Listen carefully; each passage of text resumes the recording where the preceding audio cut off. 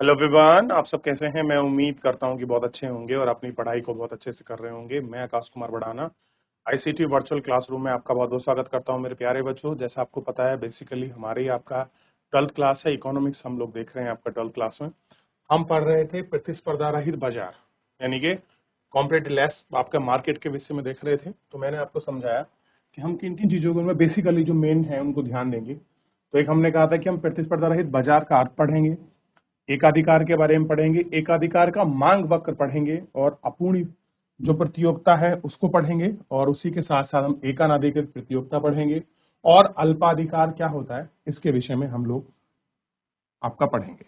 ठीक, इन्हीं को हम सब लोगों ने आपका पढ़ा और पढ़ते हुए हमने एकाधिकार के मीनिंग को समझा कि हमारा एकाधिकार का मतलब क्या है। ठीक, हमने पूरा देखा कि किसी फर्म को एकाधिकार तब कहा जाता है जब किसी वस्तु विशेष का उत्पादन कोई व्यक्ति या फर्म के या उद्योग के द्वारा करते। मान लीजिए कोई एक सिंगल यूनिट ही उसका क्या कर रही है, आपका प्रोडक्शन कर रही है, तब मानते हैं। अतः फर्म द्वारा उत्पादित वस्तु का लिए जो मांग वक्र है वो वस्तु की वस्तु विशेष का मांग वक्र है। क्लियर है? जितनी मांग हो रही है एक्चुअली वो मांग किसकी है? वो आपका मार्केट की ही मांग, किसकी है? बाजार की ही आपकी मांग। फिर उसके बाद हमने देखा कि एकाधिकार की तीन विशेषताओं का एक साथ होना आवश्यक है। अगर आप किसी कहेंगे कि कोई मार्केट आप एकाधिकार की है तो किस बेसिस पर कहेंगे कि ये आपका एकाधिकार है? तो उसके लिए मैंने तीन चीजें बताई थी कि ये इनका आपका सिमिलर होना बहुत जरूरी है और इनका होना बहुत आवश्यक है। जैसे मैंने देखा कि वस्तु का केवल एक ही विक्रेता होना चाहिए या उत्पादक होना चाहिए, एक ही बेचने वाला हो या एक ही उसको आपका बनाने वाला हो। मान लीजिए कल से पेप्सी आए, आप कोका कोला है, कोई भी कोल्ड ड्रिंक आए, मान लीजिए, और मैं ही उसका उत्पादन करता हूं, मैं ही सब कुछ उत्पादन करूंगा। कोई दूसरा व्यक्ति कहे कि भले ही मैं उत्पादन ना करा, कोई ए व्यक्ति है जो उस सीधा कंपनी से उठाकर पूरे शहर को, पूरे देश, आपका देश को बेचने वाला एक ही व्यक्ति है, तो वो क्या हुआ आपका? आपको याद होना चाहिए वो टोटल उसका आपका विक्रेता हो गया, उसको बेचने वाला, उत्पादक जो उसको उत्पन्न करेगा। दूसरे शब्दों में सिंपल कहें कि पूर्ति पर उसका नियंत्रण होना चाहिए। और कैसा नियंत्रण? ध्यान रखिए, पूर्ण नियंत्रण होना चाहिए। कैसा हो उसका? पूर्ण नियंत्रण। ठीक, उसके बाद आप अगर देखेंगे एकाधिकारी वस्तु में कोई भी स्थापन पर वस्तु नहीं होनी चाहिए। एकाधिकार इस बात का आश्वस्त होना चाहिए कि भविष्य में उनका भी कोई प्रतिस्पर्धा नहीं हो सके, कोई उनका कॉम्पिटिटर आपस में ना हो। ठीक, ये भी हमको मेनली आपका ध्यान रखना होता है। और एकाधिकार के क्षेत्रों में फर्म के प्रति प्रवेश में आपका भावपूर्ण रुकावटें आती हैं, जैसा कि पेटेंट या आपका फिर वैधानिकरण है। ये सब चीजों को हम लोग आपका देखते हैं और कैसे कोई कोई फर्म किसी को पनपने नहीं देती, अपनी ही मोनोपोली रखती है। फिर उसके बाद हमने देखा एकाधिकार के प्रकार हमारे चल रहे थे। कल हमने आपका प्राकृतिक प्रकार को पढ़ लिया था। आज हम प्राकृतिक प्रकार से आगे बढ़ते हुए सार्वजनिक जो प्रकार है उन पर बढ़ेंगे। ठीक, ठीक है। तो इसमें सबसे पहले प्राकृतिक में हमने देखा कि प्राकृतिक कारणों से उत्पन्न अधिकार को प्राकृतिक अधिकार कहा जाता है। उदाहरण के लिए वहां किसी देश विशेष में, किसी क्षेत्र विशेष में कच्चे माल का संकेंद्रण होना, उस पदार्थ का उपयोग करने का अधिकार एकाधिकार स्थापित करता है। मान लीजिए हमारा क्षेत्र है और हमारे क्षेत्र में क्लियर हो जाए कि उत्तराखंड का जो आपका कुमाऊं या गढ़वाल का रीजन है उसमें केवल गोल्ड की माइनिंग हो रही है। उत्तराखंड में जो आप गढ़वाल रीजन उसमें गोल्ड की माइनिंग है और जो कुमाऊं उसमें आपका डायमंड की माइनिंग है। तो क्या हुआ? क्षेत्र विशेष हुआ। क्लियर हुआ? और किसी देश में, भारत देश में एक राज्य है उत्तराखंड, उसी के अंदर एक क्षेत्र में कोयला मतलब जो है आपका डायमंड का प्रोडक्शन हो रहा है और एक क्षेत्र में गोल्ड का। तो इस तरीके से भी ये सारी चीजों को हम पढ़ सकते हैं और समझने का प्रयास भी करेंगे। इनको हम लोग आपका देखेंगे। अब हम इससे आगे बढ़ रहे हैं और हम गौर करके देखेंगे सार्वजनिक एकाधिकार। ध्यान दीजिए,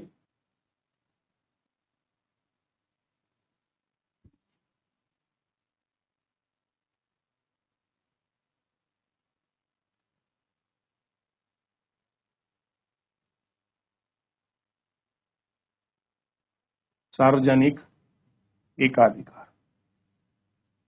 ठीक, अब सार्वजनिक एकाधिकार यानी कि ऐसे सेक्टर जिन पर आपका पब्लिक की आपका मोनोपोली होगी। पब्लिक मोनोपोली के लिए जो चीजों को होल्डिंग करती है गवर्नमेंट, वो आपका पब्लिक होता है। अब मान लीजिए कोई हेल्थ के लिए करना है, एजुकेशन के लिए, कानून के लिए, ये चीजें होती हैं। आइए थोड़ा इनके विषय में देखते हैं। जब सरकार समाज के हित में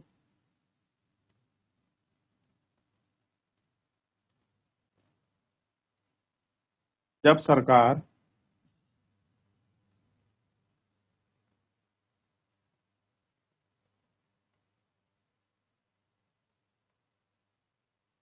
समाज के हित में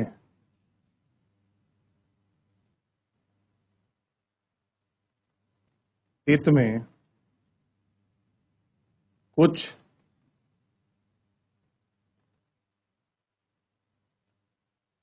वस्तुओं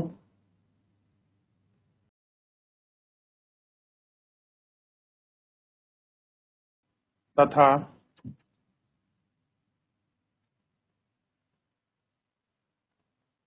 सेवाओं को अपने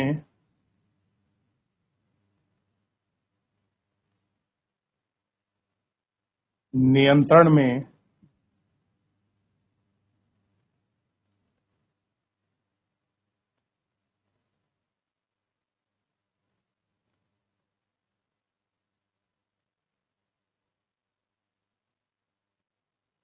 लेती है।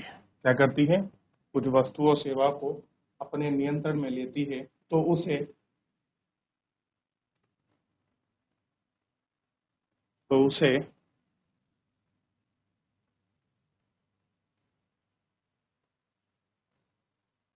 सार्वजनिक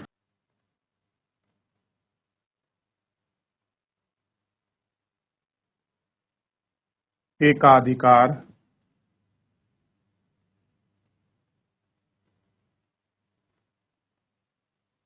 कहा जाता है। क्या कहा जाता है? सार्वजनिक एकाधिकार कहा जाता है। उदाहरण के लिए कुछ हम लोग एग्जाम्पल समझेंगे, जैसे डाक तार जो है फिलहाल आपका बंद हो गया। अब आपका टेलीग्राम चलता था तो उसको ना लिखें तो बढ़िया। डाक हो गया, और ऐसे ही है आपका रेलवे।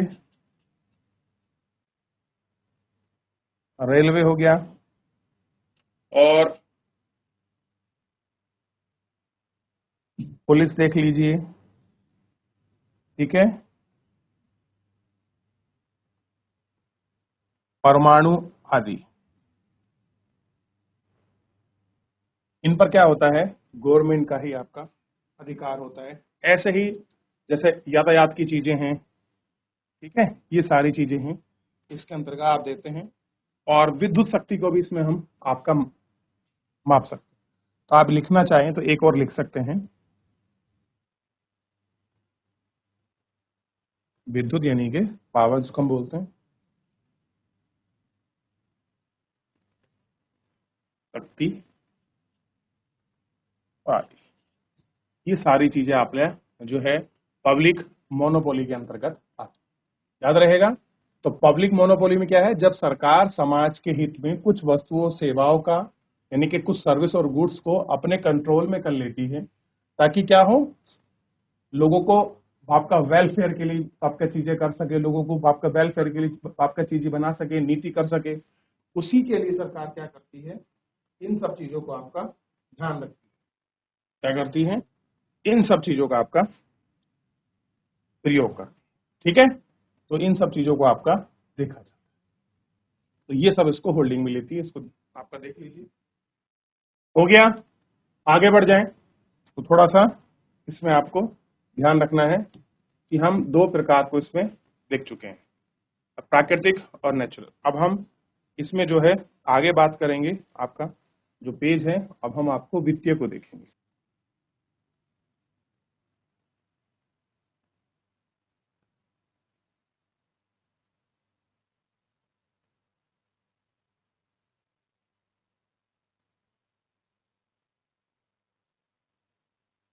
वित्तीय एकाधिकार, जब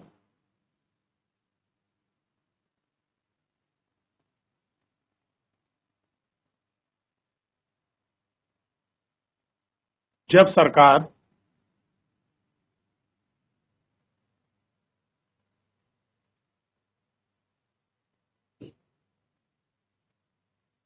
कर्मचारियों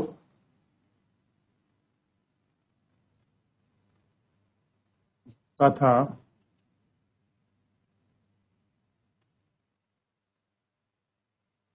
उपभोक्ता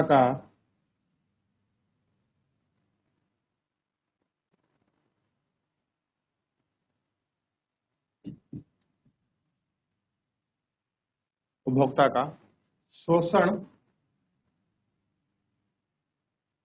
को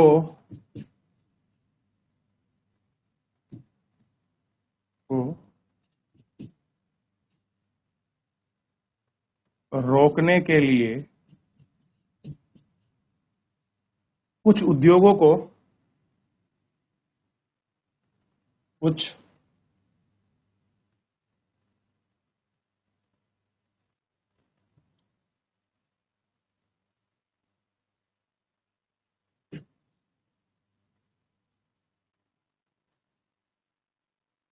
कुछ उद्योगों को या कुछ उद्योगों का ठीक रहेगा, कुछ उद्योगों का राष्ट्रीयकरण करती है।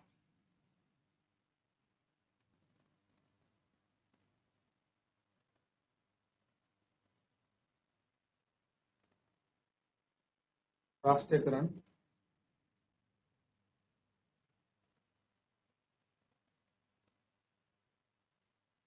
कर देती है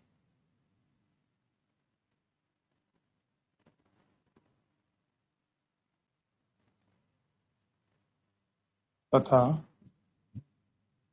उसके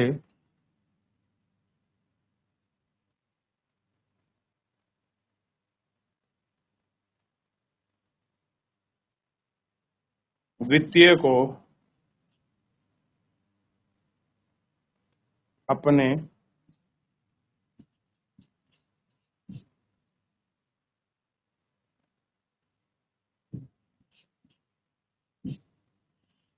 नियंत्रण में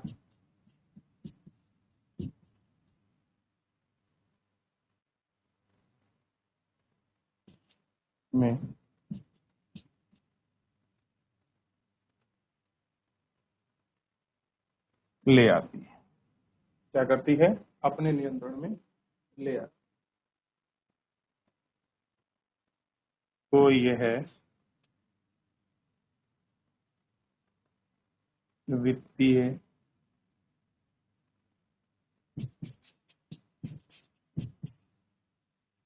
एकाधिकार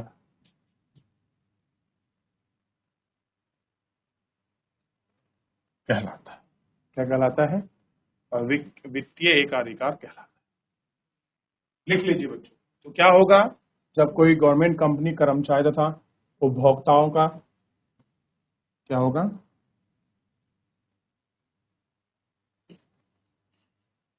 उपभोक्ताओं का शोषण को रोकने के लिए कुछ उद्योगों को राष्ट्रीयकरण कर दिया, उनका नेशनलाइज कर देती है और क्या कहती है? वित्तीय चीजों को अपने नियंत्रण में ले आती है। तो यह क्या होता है? वित्तीय एकाधिकार होता है। बहुत सारी फाइनेंशियल पावर, बहुत सारी फाइनेंशियल कंट्रोल की चीजें होती हैं। जब गवर्नमेंट अपने पास होल्डिंग कैपेसिटी कर लेती है, उनको नेशनलाइज कर तो वो क्या करती है? ताकि लोगों का शोषण ना हो, जितने भी कर्मचारी हैं, जितने भी उपभोक्ता हैं, जो भी कंज्यूमर हो, उन सब के लिए वेलफेयर के लिए ये आपका गवर्नमेंट ऐसे किस तरीके से करती है। तो फाइनेंशियल ये आपका मोनोपोली। करिए, इसको नोट करिए, फिर आगे बढ़ेंगे बच्चों। नोट कर लीजिए आप सभी।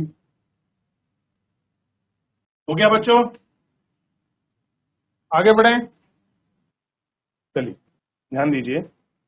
प्राकृतिक हो गया, सार्वजनिक हो गया और आपका फाइनेंशियल हो गया। अब हम बढ़ रहे हैं वैधानिक अधिकार की तरफ, यानी कि वैधानिक मोनोपोली जो होती है उसकी तरफ हम लोग बढ़ रहे हैं। तो फाइनेंशियल वाला हम यहाँ तक इतना देख चुके हैं। ठीक है, इसके आगे हम गौर करके देखेंगे।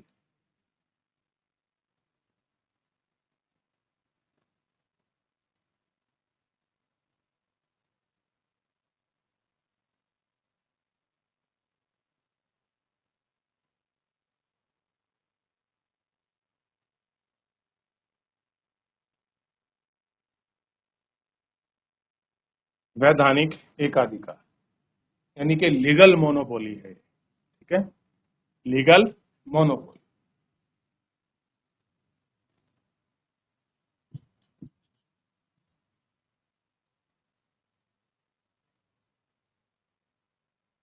Legal monopoly.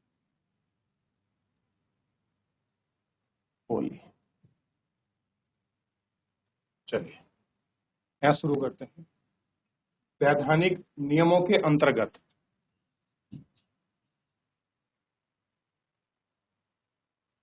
वैधानिक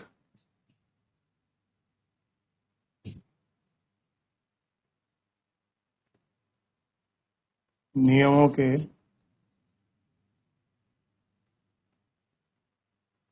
अंतर्गत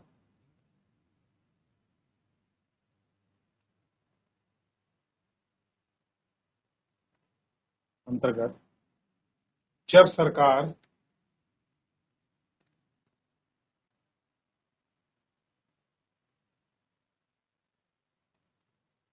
किसी वस्तु को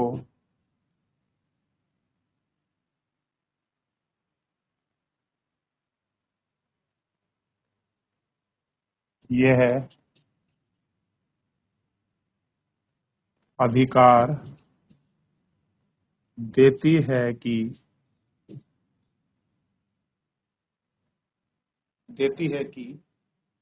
वह व्यक्ति की वह वह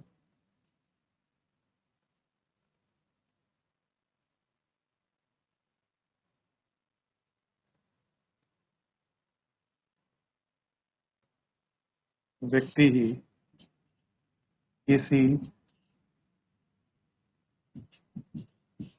वस्तु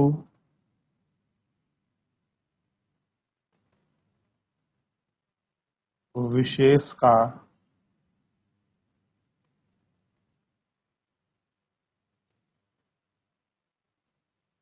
उत्पादन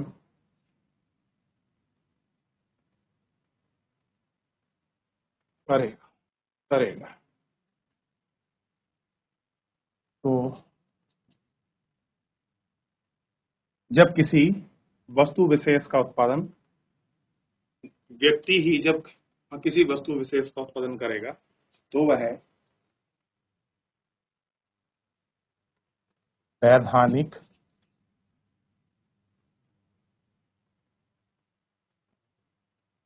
कार्य के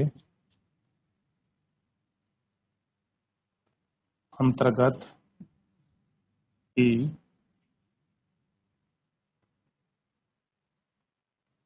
किया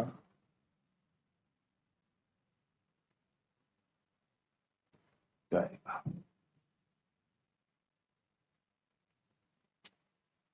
ठीक है, और वही क्या कहलाएगा, वही आपका वैधानिक कहलाएगा। जैसे उदाहरण के तौर पर आपको ध्यान जल्दी अच्छा है, जैसे शराब का जो उत्पादन है वो लीगल है, वो किसी विशेष व्यक्ति से करा सकती है। जैसे आपके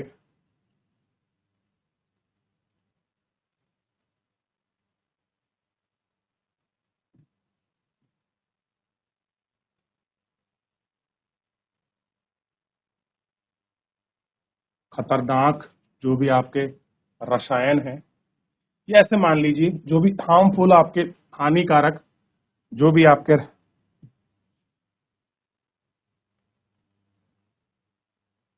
हानिकारक जो भी आपके क्या हो रसायन होते हैं, या आपका परमाणु जो एटम वगैरह हैं, ठीक, आदि इसके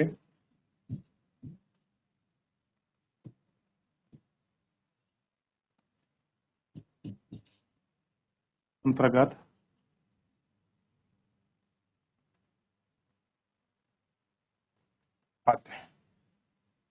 ठीक है, तो इस तरीके से भी आप इनको देख सकते हैं। ये है आपका लीगल वैधानिक नियमों।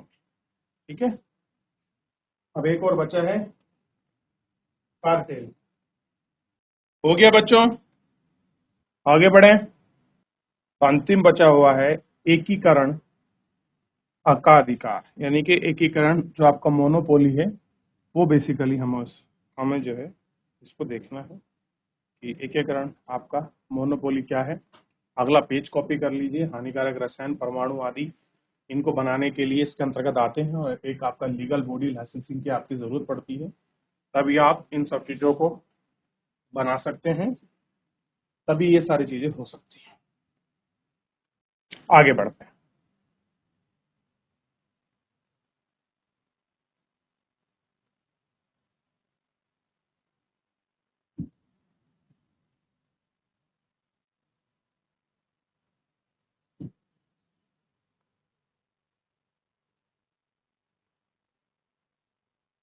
एकीकरण एकाधिकार।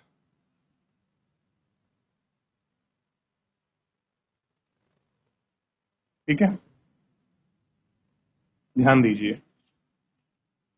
जब प्रतियोगिता की समाप्ति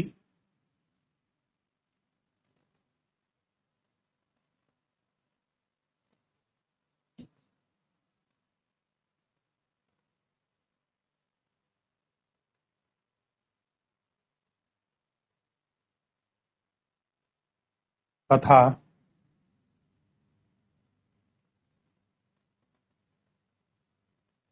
ऊंचे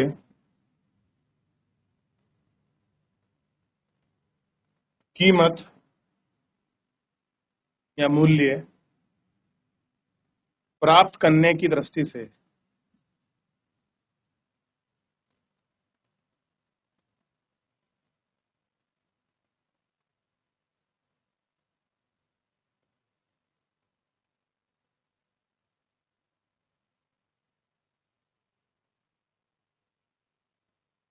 नजर से वस्तु विशेष का उत्पादन करने वाली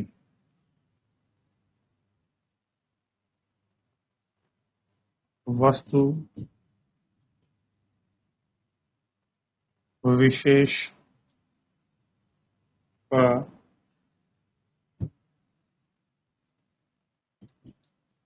उत्पादन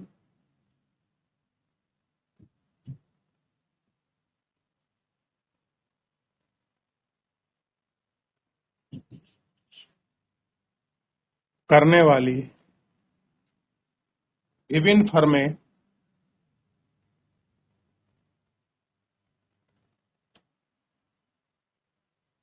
विभिन्न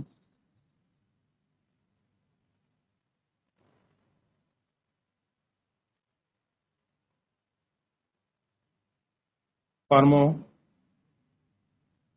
या ऐसे कर लेते फर्में, फर्में जब फर्में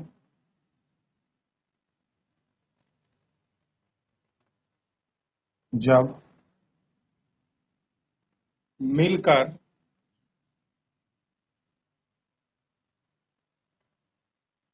मिलकर एकाधिकार का निर्माण करती हैं, एकाधिकार का निर्माण करती हैं, तो उसे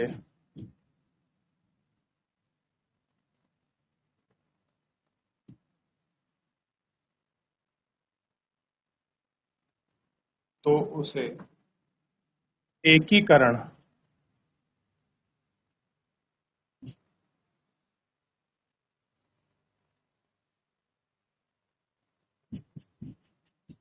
एकाधिकार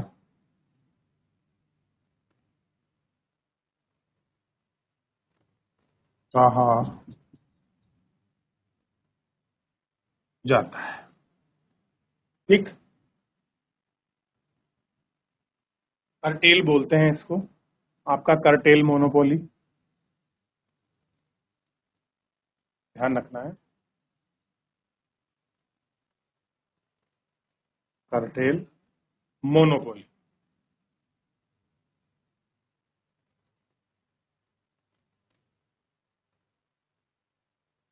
कर्टेल मोनोपोली, क्लियर है? चलिए कॉपी कर लीजिए।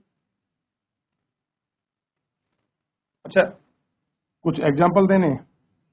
जैसे कुछ कंपनी मिलकर क्या उगाए खाली? सीमेंट। सीमेंट में कौन सा? एसीसी।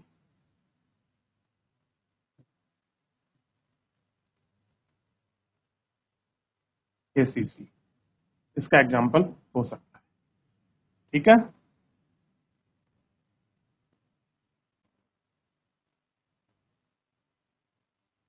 भारत में जितना भी सीमेंट है, वैसे मैं आपको बता दूं एसीसी का ही है। ठीक, ज्यादा अच्छा ये रहेगा, एसीसी सीमेंट लिखे हैं वैसे।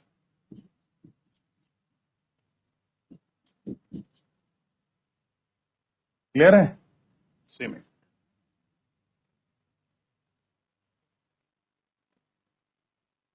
करिए, कॉपी करिए। हो गया? जल्दी करिए। इसके बाद हम लोग आपका देखेंगे डिमांड कर्व अंडर मोनोपोली, यानी कि एकाधिकार में मांग वक्र। क्या देखेंगे हम? एकाधिकार में मांग वक्र को। चलिए,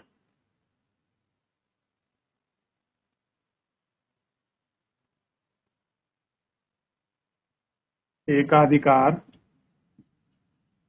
मांग वक्र,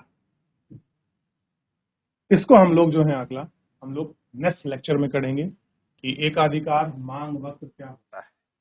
ठीक है, अंडर कर्व विद मोनोपोली को हम लोग बाद में देखेंगे, क्योंकि समय भी समाप्त हो रहा है और हमने बहुत सारी चीजों को इसमें आज अच्छे से गौर करके देख लिया। तो मेरे प्यारे बच्चों, फिलहाल आज के लिए इतना ही, मिलते हैं नेक्स्ट लेक्चर में। तब तक अपना ध्यान रखिए, स्वस्थ रहिए, अपनी पढ़ाई को बहुत अच्छे से करते रहिए। मुझसे जुड़ने के लिए आपका बहुत बहुत धन्यवाद।